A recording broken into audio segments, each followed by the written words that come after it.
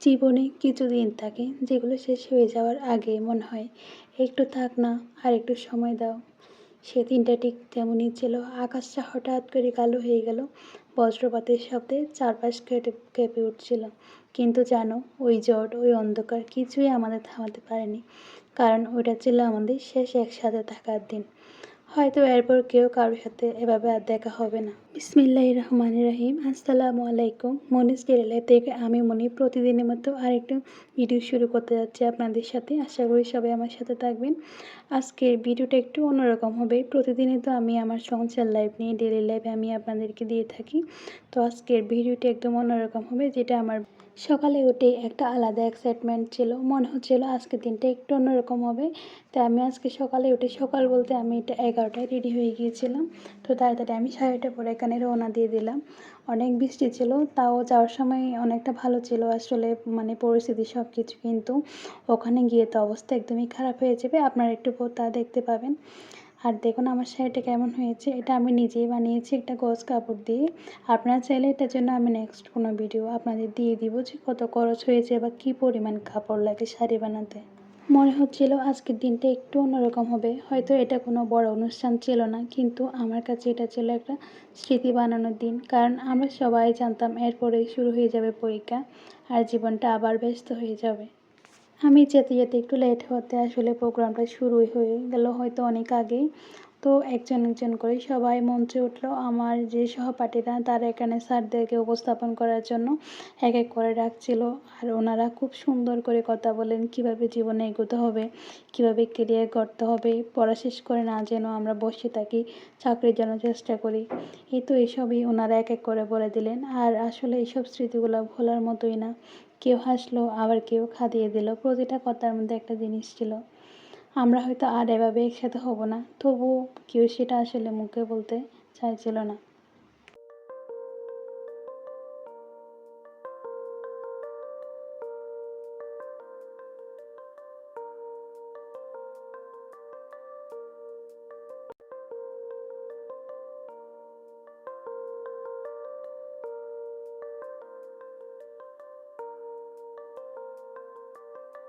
কথার ফাঁকে ফাঁকে আসলে এক এক করে সবাই আসতে শুরু করলো। কেউ ভিজে, কেউ দৌড়ে, কেউ হাসতে হাসতে। তখন বুঝলাম এই দিনটার গুরুত্ব সবার কাছে একরকম। কারণ এটা শুধু একটা অনুষ্ঠান ছিল না, এটা ছিল বিদায়ের আগে আসলে শেষ দেখা। হয়তো তাদের সাথে আর কখনোই প্রয়োজন ছাড়া দেখা হবে না, মিলনায়তন ছাড়া তাদের সাথে দেখা হবে না। হয়তো সার্টিফিকেট আনতে গেলে আরেকবার দেখা হয়ে যেতে পারে।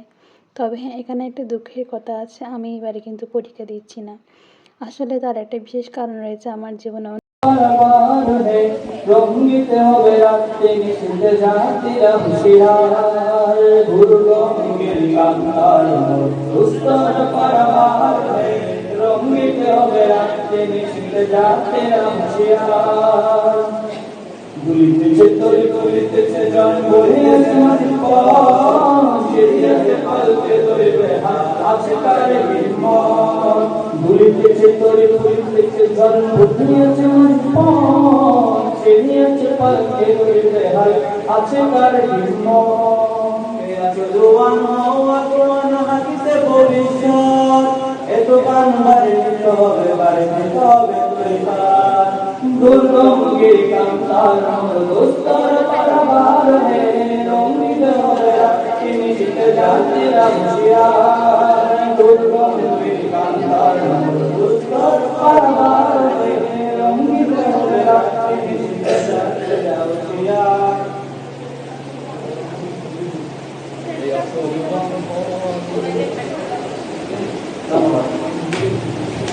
অনুষ্ঠান দেখতে দেখতে একটা বিষয় মনে পড়লো। সংসার জীবনে আমরা প্রতিদিনই ব্যস্ত থাকি, দায়িত্ব, কাজ, চাপ সব মিলিয়ে নিজের জন্য সময় থাকে না। কিন্তু ওই একটা দিন আমাকে মনে করিয়ে দিল, আমি শুধু দায়িত্ব না, আমি একটা মানুষও, যারা একটু স্বাধীনতা দরকার আসলে। প্রতিদিনের মতো ভিডিও মধ্যখানে সবাইকে আরও একবার অনুরোধ করব, যদি এখনও আপনি আমার ভিডিওটি কন্টিনিউ করছেন তাহলে প্লিজ একটা লাইক দিয়ে কন্টিনিউ করেন। আর যারা আমার চ্যানেলে নতুন এসেছেন তারা সাবস্ক্রাইব করে থেকে যেতে পারেন আমার চ্যানেলের একজন সদস্য হয়ে। আশা করি অনুরোধটুকু সবাই রাখবেন। তো আমি আসলে আমার কথায় অনেক জটা থাকতে পারে, তো যেহেতু নতুনভাবে শুরু করেছি আপনাদের সহযোগিতায় হয়তো একদিন বড় হয়ে যেতে পারবো। তো দেখেন এখানে কি পরিমাণ, দুপুরবেলা একদম সন্ধ্যার মতো হয়ে গিয়েছিল ওই দিন। কী যে এক অবস্থা হয়েছিল সবার সাথে। আমার সহপাঠী যেহেতু উপস্থাপনা শেষই হচ্ছিল না, এরা একজন একজন করে যাচ্ছিল, আমি আসলে উঠিনি, আমার এত লজ্জা লাগে। ওরা আসলে একজন করে ছিল আর আসলে সবাইকে অনেক ইন্সপায়ার্ড করছিল। আর ম্যামরা তো আছে আমাদের সাথে, যে ভালো করে কীভাবে প্রিপারেশন নিতে হবে, কী করব না করব সব এক এক করে বলে দিচ্ছিল। এদের আবৃত্তিগুলো এত সুন্দর হয়েছিল, আসলে আমি ভিডিও না করে থাকতে পারলাম না। তো আমি এখানে অনেক কিছু আসলে আমি এখানে মানে দিইনি আর কি, সাউন্ডগুলো অসুবিধা হবে বলে যতটুকু পেরেছি দিয়েছি।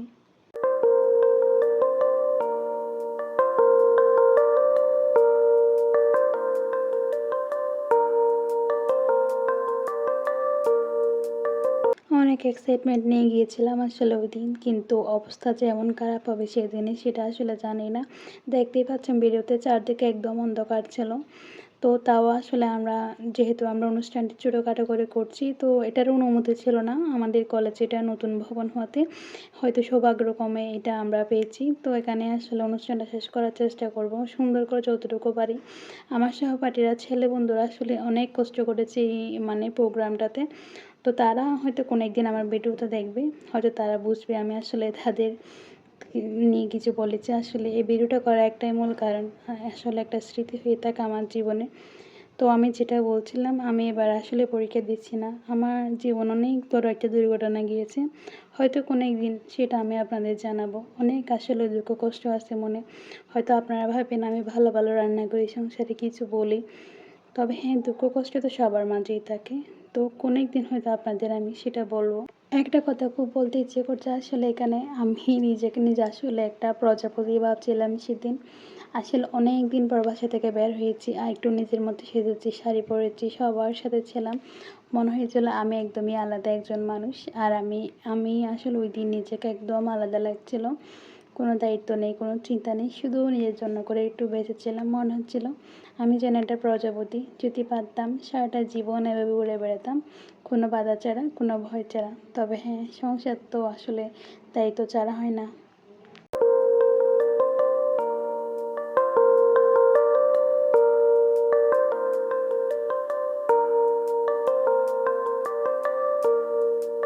সবাই তো স্যারদের সাথে শেষ মোলাকাতে অনেক মজা করছিলাম, কিন্তু দেখেন বাইরের অবস্থা একদমই অন্ধকার।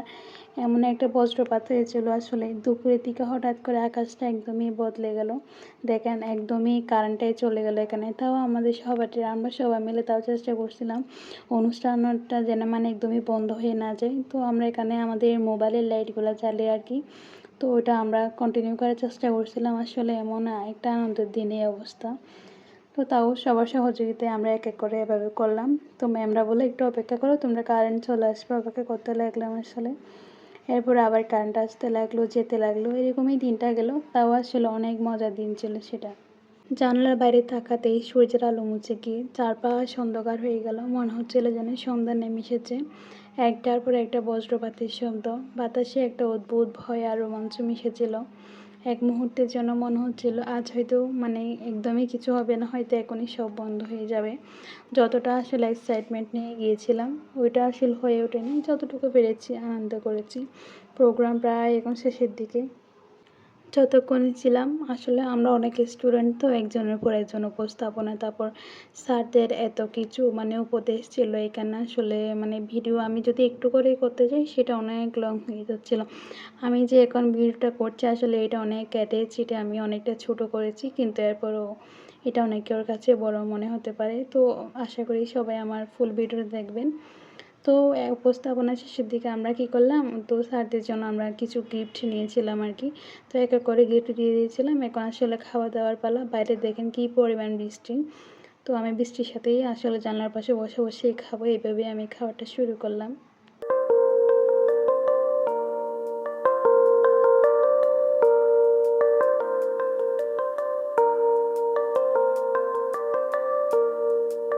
তারপর সবাই মিলে খাওয়া দাওয়া, ছোট ছোট হাসি মজা, ছবি তোলা, কেউ বলছে এটাই শেষ ছবি, না আবার তুলবো।